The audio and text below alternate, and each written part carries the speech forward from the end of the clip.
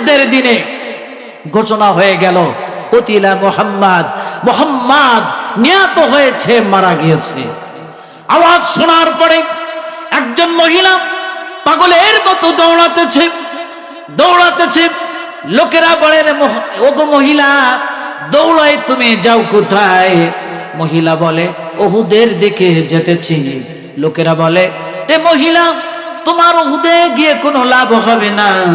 তোমার যে দুইটা সন্তান উহুদের ময়দানে যুদ্ধ করতে গিয়েছিল, তারা দুইজন শহীদ হয়ে গিয়েছে। সুবহানাল্লাহ। মহিলা বলছে, কে শহীদ হয়েছে শুনতে চাই না, বরং বলো নবী মুহাম্মদুর রাসূলুল্লাহ সাল্লাল্লাহু আলাইহি সাল্লাম কেমন আছেন? আমার ভাইরা, মহিলা দৌড়াতেছে। কিছু দূর যাওয়ার পরে আবার কিছু লোকের সাথে দেখা হলো। তারা বলে, রে মহিলা, পাগলের মতো দৌড়াও কেন? মহিলা বলে, উহুদের দিকে যেতেছি।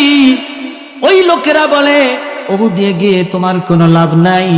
তোমার যে স্বামী উহুদের ময়দানে এসেছিল যুদ্ধ করতে, তোমার স্বামী শহীদ হয়ে গিয়েছে, উহুদে গিয়ে লাভ হবে না। মহিলা বলছে, শুনতে চাই না কে শহীদ হয়েছে, বরং বলো আল্লাহর নবী মুহাম্মদুর রাসূলুল্লাহ সাল্লাল্লাহু আলাইহি সাল্লাম কেমন আছেন? মহিলা পাগলের মতো দৌড়াতে উহুদের ময়দানে গিয়ে হাজির হলো। সাহাবায়ে কেরাম নবীজিকে ঘিরে রেখেছেন। মহিলা দুই হাত দিয়ে সাহাবীদেরকে বললেন, আমাকে একটু সামনে যেতে দাও। সাহাবীরা একটু সুযোগ করে দিলেন।